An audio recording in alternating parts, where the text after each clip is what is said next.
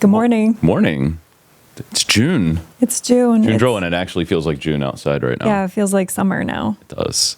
We made it. First mayfly Yeah. landed yesterday. The mayflies, I actually have grown to love the mayflies. Because of what it signifies? No, because I have a little boy and You've developed a taste for them from running on the track? No. They're a delicacy. He thinks they're super cute, and so now I can see it. Looking at them up close, they are kind of cute in the face. Yeah. I thought they would be very praying mantis. Yeah. But they have a little bit of character to them. Their body's disgusting, but There's a sound. There's like a voice that goes with praying mantis.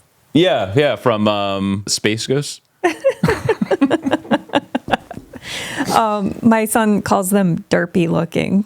Derpy? Derpy. Derpy looking Like they have one brain cell. You know, God love them. Yeah, they only live for like a day or 24 something? hours or something. Like their adult gestation is like 24 hours. Like they're food. They're made to be food. They're made to be food. That's right. So sad. That's gross. So it's June. So much I don't has know. happened since last drill. You and I were away at a PA conference. Yeah. It was coming right off of the major announcement for the wing that our fighter mission is being reconstituted, which everyone knows now, but it's a huge deal. And you and I haven't had a chance to talk about it and kind of give the behind the scenes look at how that all went down. We haven't, because it happened right before last drill. It was an amazing week, an amazing announcement. I remember we walked away from that thinking, wow, this was like a pinnacle It really was. military moment for us. The production, unlike normal wing-wide productions, was out of our hands, essentially. For public affairs, handling DV events is one of our major tasks. Right. And when the president comes, it's probably one of the easiest. Right, because everything comes in. Yeah. They had all of the White House staff, all of the Secret Service come in and dictate. Right. For A the production most part. company came in. And so I was just sort of there as a consultant, Right. like, okay. Yeah. And then, but we were very sure, you were very adamant that we were able to preserve a piece of the visit. Oh, yes. In immortality. Yes. So the day that we recorded the tasing, Right. we rushed from there to go to a meeting with the White House staff and everybody here, the first meeting to start planning for the president's visit. That's right. And from that point on, we were just advocating the guest book be signed. After the event, after everybody's filtering out and leaving, we rushed to the green room to try and secure the book. And the Secret Service gentleman who was in there brought us the book. Oh, you brought it. Okay. We got it. You and I were in the back of the hangar. We opened it. Right. We're like, oh, we got to see this. We got to see. Yeah, that's it. Yeah. Right there.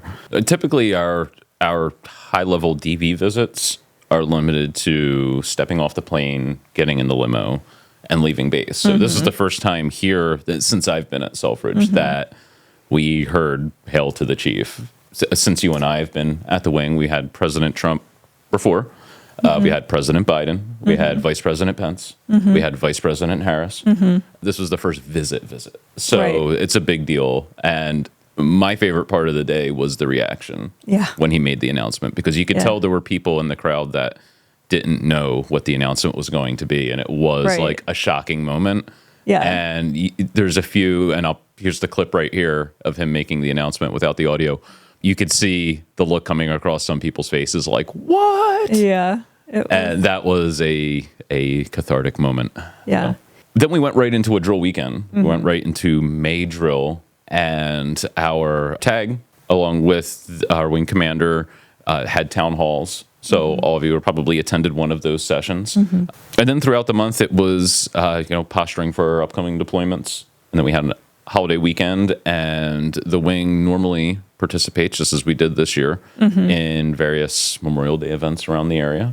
So it wasn't just our top three speaking. We actually had quite a few folks go out into the community and speak on behalf of the Air Force and Selfridge. Right. It's senior NCOs, CGOs, really just an array of folks going out to the various towns, parades, and paying homage. What's happening this drill? What's going on? Well, I think drill is focused a lot on doing the training and preparing for getting all of the airmen going out the door on the various deployments we have this year. That's right. Focusing on MOBAGs, LRS, both passengers and equipment, getting them out the door. Also, we've been working with Military Family Readiness, who have been spending the better part of the last year working to improve the way that they communicate information to members of the wing and at Selfridge. And right now with deployments coming up, there's obviously a lot of deployment resources and family resources that they want to share and get out to everyone. So we've been working to help improve the information that they have available through the app and the website. Okay. So go ahead. We're really proud of it. Check it out and feel free to give us your feedback if there's anything that you want to see more of on that website. And the link is right here. And that's a huge part of the deployment process for the wing, especially when things don't go as scheduled, giving families the peace of mind that they're taken care of here on this end, and that their spouse or parent is also going to be taken care of on the other side. Right. When we're getting people out the door and getting them back home from not only deployments, but large scale exercises, TDYs, all that, I feel like we don't give enough praise to the folks who work at medical. That's right. Because they're there to see us off. They're there to give us the late night pre-deployment briefings to tell us what to beware of, what plants to avoid, what animals to avoid, and all those tips. But then I remember when we came back from Air Defender in 23. We landed at 3 a.m. 3 a.m. And Sergeant Faulkner and Sergeant Salazar are standing there like, welcome home. They were there like, to take our blood because we had to do the blood draw for being out of country for over 30 days. So they are always on it. They're always there. You guys are awesome. Thank you for taking care of us. Absolutely. Going back a little bit, during COVID, we did the Michigan Strong flyover. Right. And you and I both needed medical help. Yes, we did. We flew in the boom pod over Michigan for like 2 or 3 hours. And we were dealing with the motion sickness. We were like the shade of green, I think. Yeah. Down in there. Yeah. And Dr. Ramos came out and he was with us. He checked on us. He did. And that's a thing. They have to fly on the flights. Right. Yeah. Remember when we came back and because that was a training mission, they did like 8 touch and goes. Yes. And you see that and it looks fairly simple. Yes. But you don't when you're a passenger, a part of that, and you're in the back, and then it's just like... Yeah, there's a lot of inertia. And you do it over again. I think on the 4th time, I looked at you, I'm like, I can't take this anymore. Yeah, we did 3 more, and... We did it, nobody threw up, and we lived to tell the tale. You didn't take Dramamine, and you didn't throw up. I give you a lot of credit for that. I had 3 Dramamine in my system, and I was like... and so, yeah. Oh, man. Good times. Got that strong stomach. Yeah.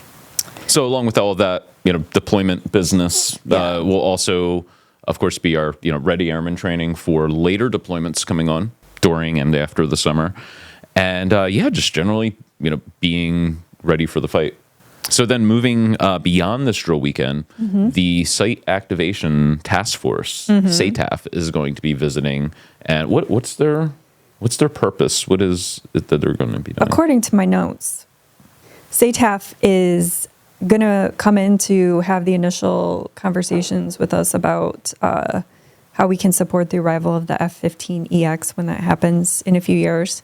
And they're just going to be focusing on infrastructure, personnel, training, and, just all the general things we need to do to get prepared for that alongside the KC-46 Pegasus transition. So we have a lot. We are still, we're going to continue to be a unicorn in the Air National Guard. That's right.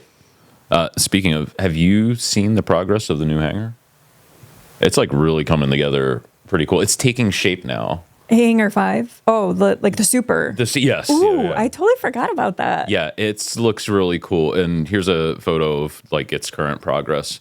It's Wow. coming together. Like Yeah. it was a skeleton for months now, and now it's starting to take shape. Wow. It's so cool. You know, I noticed too, like the last time we were at Alpina, they're building a massive hangar also.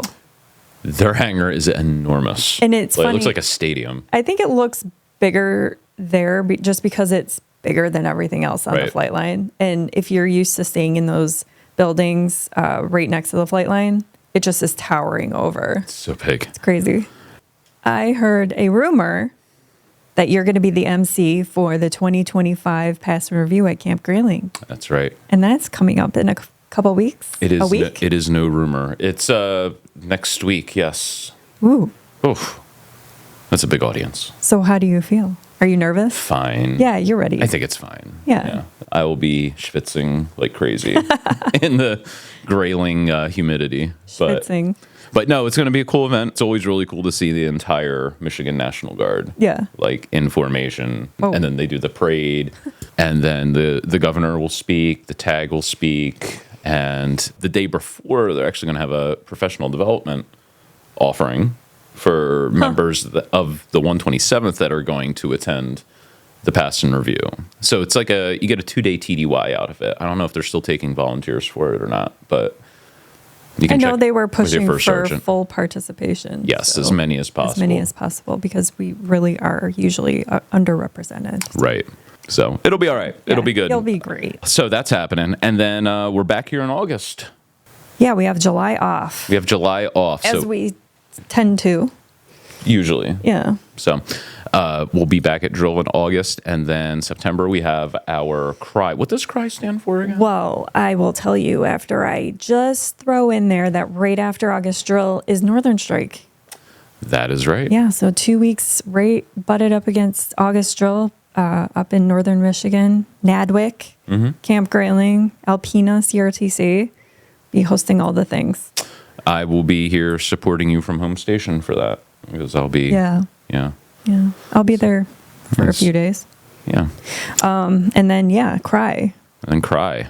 with the September What drill. does that stand for? Combat Readiness Inspection. Ooh. Used to be the ORI, now known as the CRI. Oh, okay. Yeah, we've done several ORIs. We have. Typically in Alpena. This one will be here at home station, correct? Yes. Okay. Correct. So it'll be a 3-day drill, 12, 13, and 14 September. Right. So a lot of training coming up. Lots of training. Lots of training. So if you're not deploying in the next 4 months, you're going to be training, Yeah, which you're- is good. You're going to be training for deployment, Right. which is what we always do, right? That's the point, right? We stand ready. We stand ready. All right. Have a great drill. Have a good one. Enjoy. Be Thanks. safe. Bye. Bye.